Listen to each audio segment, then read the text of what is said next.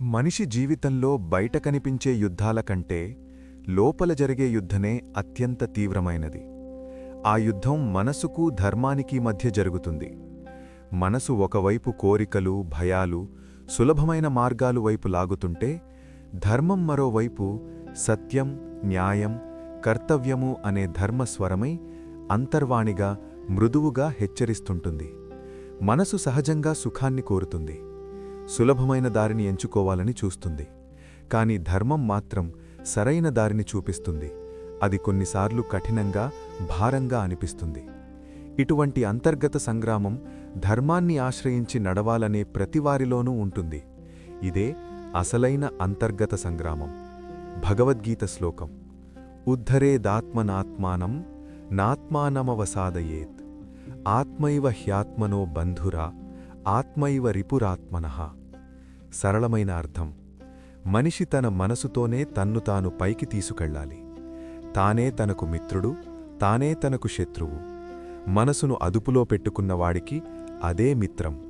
అదుపు తప్పిన మనసు శత్రువుగా మారుతుంది. కురుక్షేత్రంలో అర్జునుడు ఎదుర్కొన్నది కూడా ఇదే అంతర్గత యుద్ధం. ఆయుధాలు చేతిలో ఉన్నా మనసు మాత్రం సందేహాల్లో చిక్కుకుంది.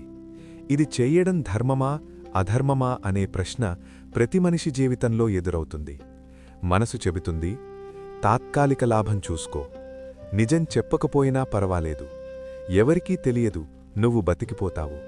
కాని ధర్మం నిశ్శబ్దంగా అంటుంది, నిజం భారమైనా నిలబడు, న్యాయం కఠినమైనా విడువకు, కర్తవ్యమే నీ అసలైన బలం.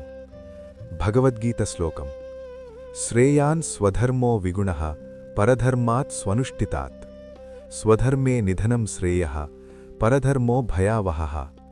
అర్థం: ఇతరుల ధర్మం ఎంత బాగున్నట్టు కనిపించినా మన స్వధర్మమే మేలైనది.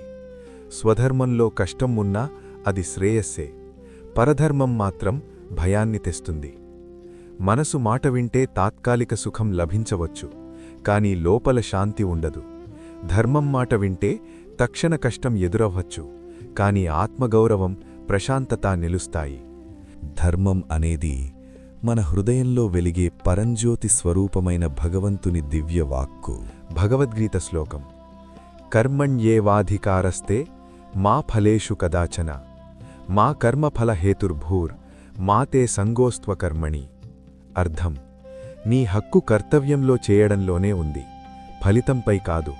ఫలితాల ఆశతో పనిచేయకూడదు. కర్మను విడిచిపట్టడమూ సరైంది కాదు. అందుకే గీత చెప్పింది, మనసే మిత్రుడు, మనసే శత్రువు. మనసును ధర్మపదంలో నడిపించేందుకు గీతావాక్యాలను లోతుగా అర్థం చేసుకోవాలి. ప్రతి నిర్ణయంలో ధర్మ అధర్మ వివిక్షణా జ్ఞానాన్ని పెంపొందించుకోవాలి. అప్పుడా సమాధానమే మన అంతర్గత యుద్ధానికి సరైన దారి చూపుతుంది. చివరికి విజయం ఎవరిది? మనసుది కాదు, ధర్మాన్ని ఆశ్రయించిన మనిషిదే. ధర్మం ఎప్పుడూ బలహీనమైనది కాదు. ధర్మం స్వయంగా శక్తివంతమే. బలం ఆయుధాల్లో కాదు, ధర్మాన్ని పట్టుకున్న హృదయంలోనే ఉంది.